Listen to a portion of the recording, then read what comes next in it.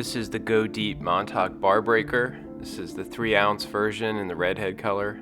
I started using these plugs last year and they really work well. They cast really far.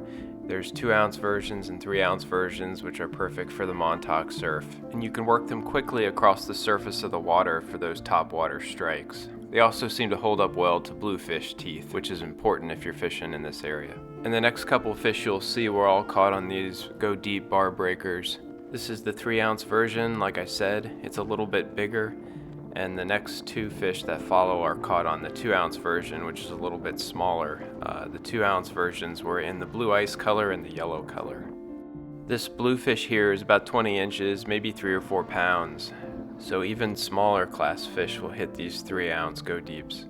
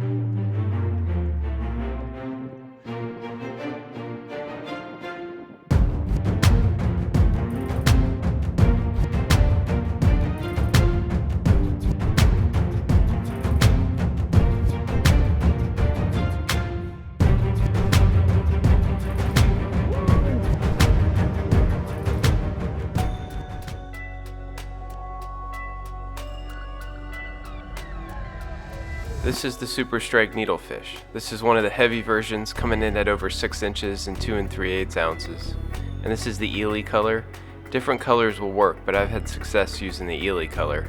I was introduced to the Super Strike needlefish in Montauk, and it has become one of my favorite plugs. You can work them in different ways, but for Montauk I tend to work the plug fairly quickly along the top of the water. I've caught both stripers and bluefish using that technique. I didn't catch it on video, but I also lost a fish to a seal. The seal grabbed the back of the fish, ripped it off the hook. Luckily I got my lure back. There are often seals patrolling the shore along the north shore, especially in the false bar area, so not only do you have to catch the fish, but you have to get them in quick enough that the seal doesn't steal your fish and your lure. Just another thing that adds to the challenge of fishing.